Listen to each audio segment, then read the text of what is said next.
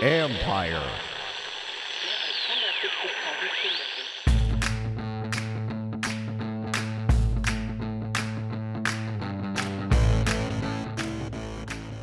Hello and welcome to my podcast, a 2-game winning streak podcast.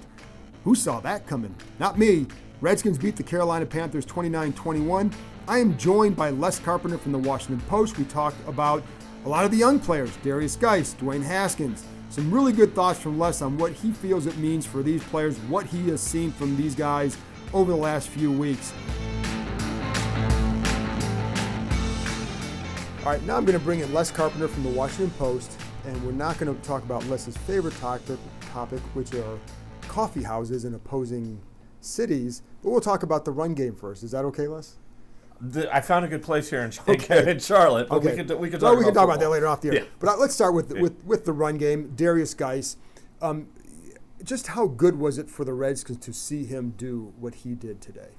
I think it was huge. I mean, they've been waiting for this for 2 years now, and I mean, it's the injury last year, then the injury this year, then obviously the waiting around throughout camp, everything it's taken to get to this.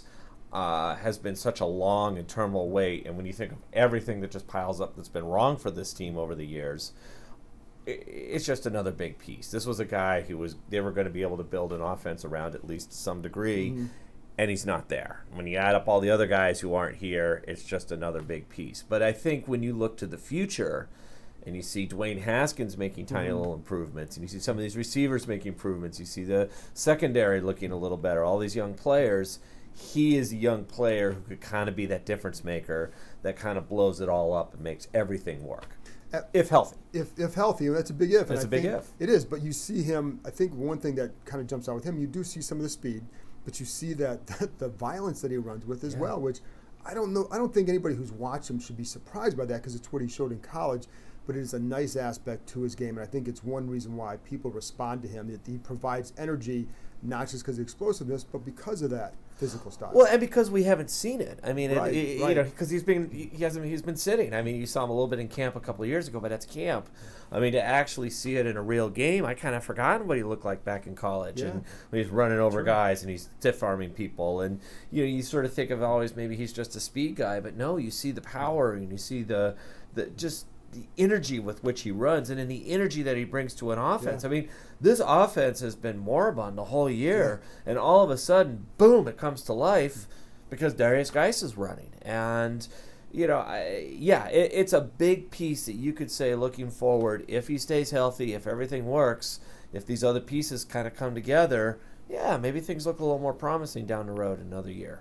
And it's funny because when you look back a couple weeks ago after they lose to the Jets, how much does your thought change on some of these young guys after the last 2 weeks? Has it changed at all? Do you look at it differently because of what's... I don't know if I look at the young guys differently. I feel like a lot of things came together after that Jet game.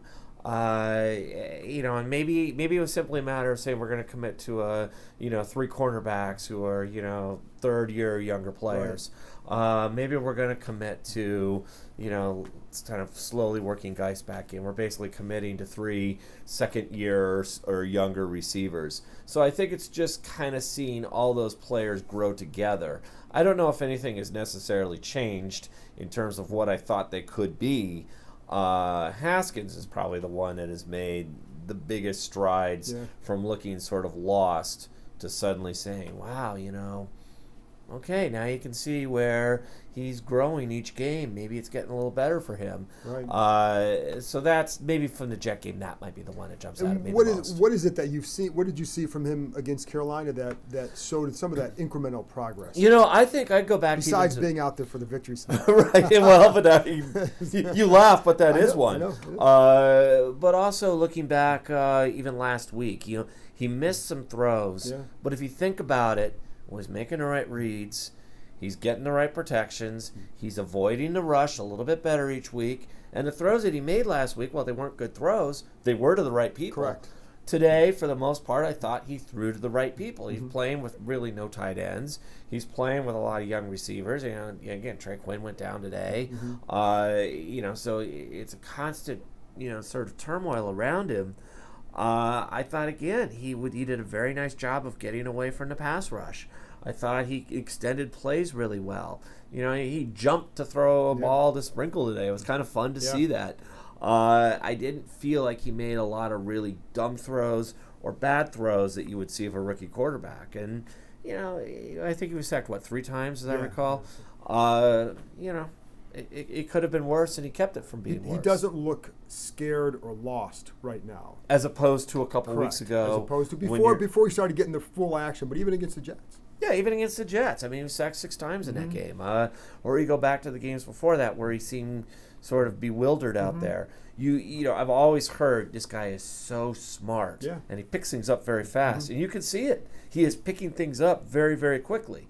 Now, I don't know what the rest of the season will hold. I don't know that you could say this just guarantees that he's going to take off.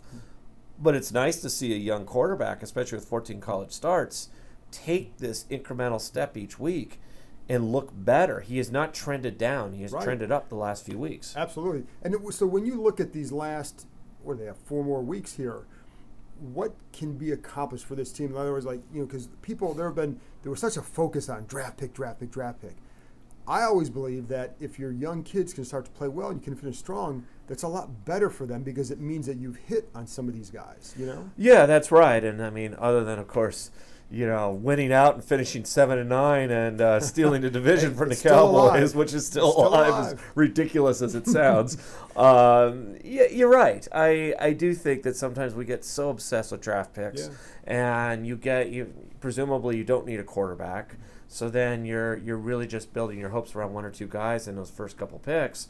Yeah, wouldn't it be nice to know that you have maybe 5 or 6 or 7 first or second year guys that you think can kind of be, staples going forward here, and then you can kind of fill in around with the draft and in free agency because they will have some room to do that this year too. And then, then you go into the uncapped year next year or whatever it is, and maybe things take off a little bit. So I don't know. I agree with you. I don't think there's anything bad about finishing with 6 wins or 7 wins or whatever it is and say, wow, we got some guys to build around with, and we don't have to worry about getting the guy at number 1. Yeah, because that was the big thing. So, if they have the number 1 pick, you take Joe Burrow. If Dwayne Haskins is showing improvement, that's what you need to see. It's an argument you don't need with this franchise right now. No matter what happens over the next few weeks, you would like the idea to go into next year with maybe getting a veteran quarterback, whether you bring Colt back or somebody else, Case Keenum or another guy to work with Dwayne and grow with Dwayne.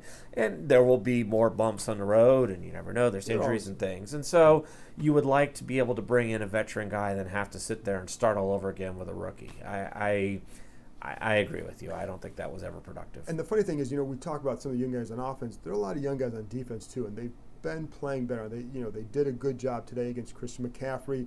Landon Collins, one of those guys who to me has kind of stood out. Hasn't made a ton of impact plays in terms of game changers, but makes plays.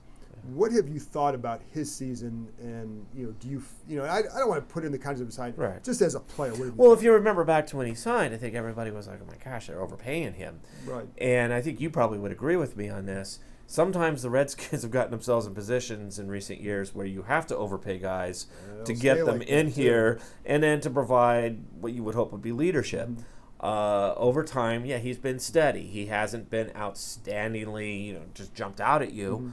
But on the other hand, he makes those plays, and he tends to make those plays just when you think, oh gosh, Landon Collins hasn't done anything today, and then there he is making one. And I do think overall that sort of experience and maturity, it's still a pretty young age, has kind of seeped into some of those younger guys. And again, the commitment today, the last 2 weeks to playing 3 young cornerbacks. The commitment, all season long to playing Cole Holcomb in the middle. And you're starting to see those dividends pay off. And then when you bring in, say, Reuben Foster, if he's healthy next year, can come back, then you're adding in a player. Well, you keep forgetting about him, but if healthy, and that's a big if, he is an elite level player. He showed it early in his career. And so I think some of those things, again, it's a lot of happy talk after a near loss. 2 straight wins. Right, exactly. But after a near blown Right, Yeah. but there are signs that, yes, there are some young players that you could build around here. Yeah, and I think that's on both sides. On both sides of the ball, I think that's the big key too. And also to close it out that way is not such a horrible thing because you get put in a really bad spot. You're thinking, oh my God, they're going to somehow blow this. And then to come out and stop them 4 times in there is, you know what? It's like, I'm sure there's like, that's not a bad. Well, this is one thing that I kind of think about with this team, and we talk about Haskins and his development. I mean, this has certainly not been a nurturing year for him. If you were hoping, this is not the year you throw at a young quarterback to say, I'm going to help him grow and serve him best. This has been a, kind of a disaster for a lot of ways is what's been thrown at him.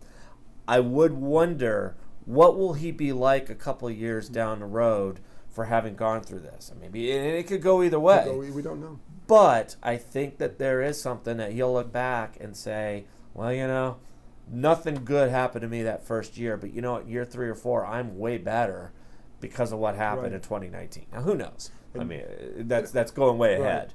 But that is something that I think when you look at the development of young players, a lot of these guys, you look at them and say, well, they went through a lot of bumps this year, but maybe that makes them stronger for the future. I don't know. But that is a thought that I've had several times watching some of these guys. I think that's a good way to end because I agree with that. I think that's a good thought, and we can all ponder that now as we go on with our day. Les Carpenter, thank you very much for joining me. Read them in the Washington Post. And we'll talk about coffee houses soon. All right.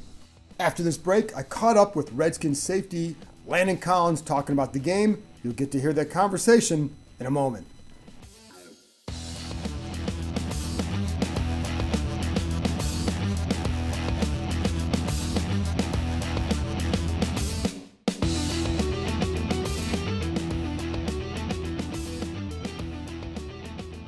What was it that you guys were calling early that you said, okay, this isn't working? We were just calling too many blitzes, trying to get pressure too early, except for trying to fill out the game first, so we know what they like to do.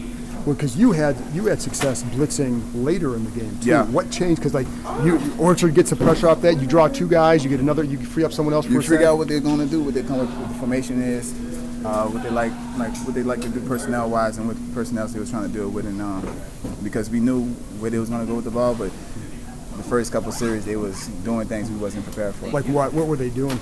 Just swap boost to stretch. We was more in tune in swap boost gap schemes.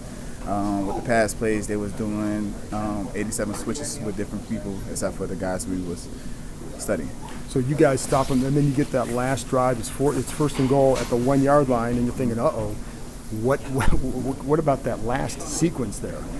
What about? I mean, so what are you guys saying in the huddle? What was that like to end the game? We know we had it. We just had to just do our job. We've been stopping them all. We thought we knew.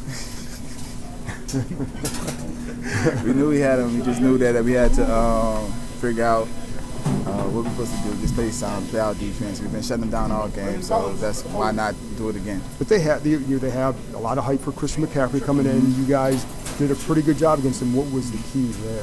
The run game, we knew the run game like the back of our hand. So from that standpoint, we knew the gap schemes. Team gonna go back to what they know best and what they do best. So gap schemes, swap boost, pullers, stuff like that. That's what they got back to, and we played it out from there. And last thing, you have 2 outside linebackers who are basically signed this week at the end of the game, and yet they're going out there making plays. And what does that say about those 2? Oh, I just said that they did their job. They came and played. They did an excellent job studying, putting the work out, and made the best of the opportunity. And honestly, we pushed them on and put all the tasks on, but we kept it simple for them. I mean, we don't do much with our defensive ends, and we didn't do much with them having dropped too much, so it was pretty good.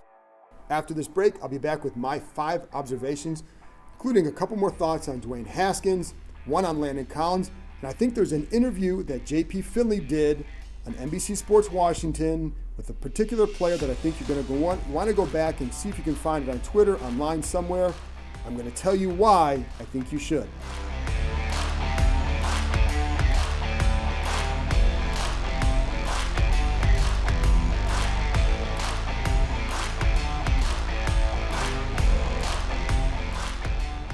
All right, now it's time for my 5 observations, coming once again after a win. How about that? Anyways, on to the observations. Number 1. One thing you need to know about quarterback Dwayne Haskins is that he feeds off the energy of the game. Terry McLaurin has talked about that, And you could see his confidence and his energy growing throughout the first half with each completion. They hit a point, and I kind of forgot which moment it was, where I just thought, this team looks confident and they're somehow going to win. They just were playing with more confidence than I felt like Carolina was at that point in the game. This was in the second quarter. And at that point, they were still down by probably 8 points. In some cases, it's young players maturing, but it's also about them making plays. That's what this game is about. The run game was awesome, but I also thought that Haskins did a nice job. Wasn't great. Don't want to create a false narrative here, but he also took another step. I thought his accuracy was a ton better. I saw him stepping and driving into some more of his throws. There were passes that he threw into coverage that I felt like avoided danger specifically because of his accuracy. The one to tight end Jeremy Sprinkle that was low and over the middle and dropped, that was to the other side of the and away from the defender. There was one to Terry McLaurin where it appeared that safety Trey Boston was going to pick it. But go back and watch the throw. He threw it to McLaurin's inside shoulder to avoid Boston. Had it been to the outside shoulder, it's a pick. Those are little things, man, but man, they add up. Before the game, I talked to someone with the organization who viewed this as a good barometer for Haskins because it was a solid defense and it came with him finally having some experience. When he faced the Vikings, he didn't have that kind of experience. That's a really good defense. I'd say that Haskins passed. Number 2, it's also clear that Haskins can make some plays with his legs. He will never be a big-time scrambler, but he does know how to slide from pressure and how to get himself out of some bad spots. One thing I want to share with you that when I watched him at Ohio State, he started to use his legs more and more as the season went on. But I also think he's been able to use them even more this year and show a little bit more elusiveness in the pocket because he's done things like cut down the body fat that he had. He told me last week that he had been at 17%. He's down to 13%. He looks different than when he was drafted. Certainly thinner, lost some of the, I hate to say baby fat, but that's kind of what it looked like. And so I think that has helped as well. He did get sacked 5 times, but he also kept plays alive with his legs. There was a 26-yard pass to Kelvin Harmon on a 3rd and 7, in which he slid left, kept his eyes down the field. That's where his size helps too. He can see over the rush and therefore did not have to create more room for himself to make the throw.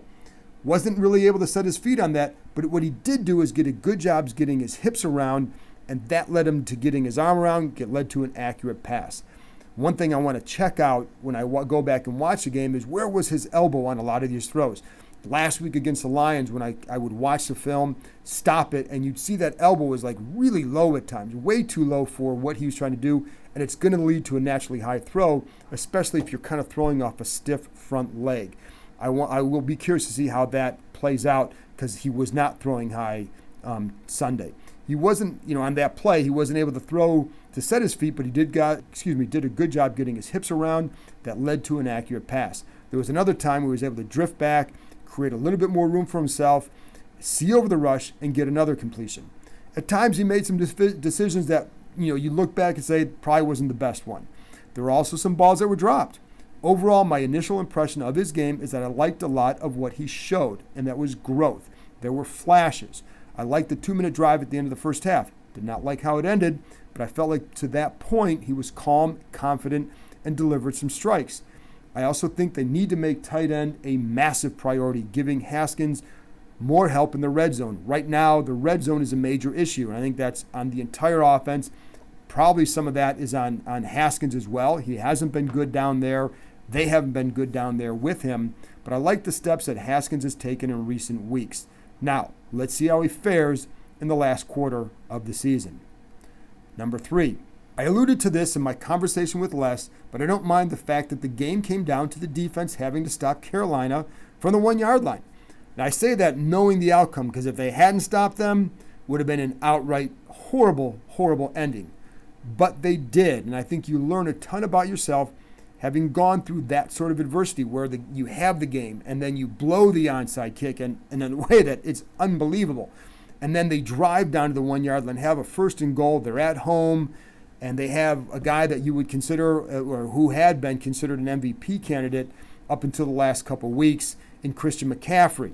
Then they buck up and they stop him. This is a year where this team had lost 9 of 11 games to that point, and you could surely almost anticipate, hey, are they thinking, here it comes again? That didn't happen, though, and I think that speaks volumes. I don't want to make too much of this two-game streak because the quarterback play they faced hasn't been stellar, but the Redskins had so much going wrong for them that they needed to see something go right. They still might lose the rest of their games, maybe even win just one more, don't know. A lot of jobs on the line here over the last quarter of the season, and how they finish could and will determine their fate. But what we know is the last 2 weeks, they can feel good about their progress. Number 4, I would also say for those wondering what they have to play for, go check out the interview that linebacker Nate Orchard did with J.P. Finley on NBC Sports Washington after the game. J.P. asked him about what it meant to him to be playing in the game and making the plays he did. Orchard started to tear up when discussing what this game meant to him after being out on the street until last week. He was terrific. It wasn't just the stop in the last play. In fact, he made a couple stops in that 4-down stretch to help win this game. He made other plays throughout the game. It was his effort all game. There were times where he chased down quarterback Kyle Allen from behind where it's like, wow, that was just good effort. So when you wonder why teams don't quit in a situation like that, or when you say, well, what do they have to play for? Think of a guy like Orchard. Maybe for fans there's nothing to play for, or you think there's nothing a team has to play for, but for a guy like Orchard, there's everything to play for. It will dictate his future. When you have guys like that and a lot of other young guys, it does provide a different sort of energy, especially if you can start winning. Finally, number 5, and I want to go back to Landon Collins, even though Les and I spoke a little bit about him for a minute or so. But I love what he adds to the defense. Again, I'm not debating the contract. Yes, it was a lot to pay a strong safety, whatever. What I'm looking at more about what he's done on the field for them. And I love how he attacks the line of scrimmage. When he sees it, he gets after it. Collins is a film junkie, and it shows in his play because of how decisive he often is. One thing I remember, I go back to the day he was signed or the day they had the press conference for him, and I was talking to Doug Williams about Collins, and one thing he said that Collins said he wanted to live near Redskins Park because he didn't want to waste a lot of time driving. He wanted to get home and do more film study. That's what he likes to do. And you can see it when he is decisive out there, man. And I think that goes back to that him being a film junkie. I also like that when he blitzed today, he helped teammates make plays. Orchard came free on one blitz because the tackle who started off on Orchard starts to help the guard because he sees Collins blitzing. That leaves Orchard free to chase down Allen from behind for a 2-yard gain on a 2nd and 17. Later, I think it was Ioannidis who got the sack when Collins blitzed on the right side, forcing Allen up into the pocket. I wouldn't call Collins a vocal leader necessarily. He speaks when necessary, but he is a good player, and I think he sets a good leadership example by his approach. He's only 25, and speaking of film junkies, and I want to kind of segue into this to close this out. We touched a little bit on Cole Holcomb earlier, another one of those young guys, but I wanted to point out the value of a guy like John Bostic. Bostic is, there are times people think he's been good, times where you say, what the hell is he doing out there? Whatever. Holcomb has always been a study guy, but I think playing with Bostic will help take those studies up a notch. Bostic often quizzes Holcomb about what he's doing, getting him to really think the game more than he had even in college. One reason Holcomb went from a walk-on at Carolina to a 5th-round pick and a starter here is because of the work he puts in. But I think Bostic has helped him focus or narrow that focus even more or help develop that skill even more. And there are times even on the field where he's saying, what do you see? What do you see? What do you see? He knows, and he said by doing that, he forces Holcomb to see it, but then it also helps determine, what Bostic is going to do off that. But it really helps Holcomb, I think, develop more of what is a major, major plus for him. I think you've seen fewer mistakes from Holcomb in the last couple weeks. Again, I don't want to go overboard on this because there is always a growing process for every rookie, but I do think whether you like Bostic as a player or not, I think there are times where he does help them out in that run game, but one thing I'll say about him, I do think he can be a future coach based on his knowledge and preparation. When you talk to him, he's a really smart player. He may not even be back here next year, but I do think there are players who will be here in the future who will have benefited from playing next to Bostic just because of how prepared he is. With that, I'm out. Thank you very much to Les Carpenter from the Washington Post for joining me. Thank you for listening, and thank you to Landon Collins for taking a few minutes after the game to discuss some of the key parts of Sunday's win over the Carolina Panthers. Have a good one, everybody.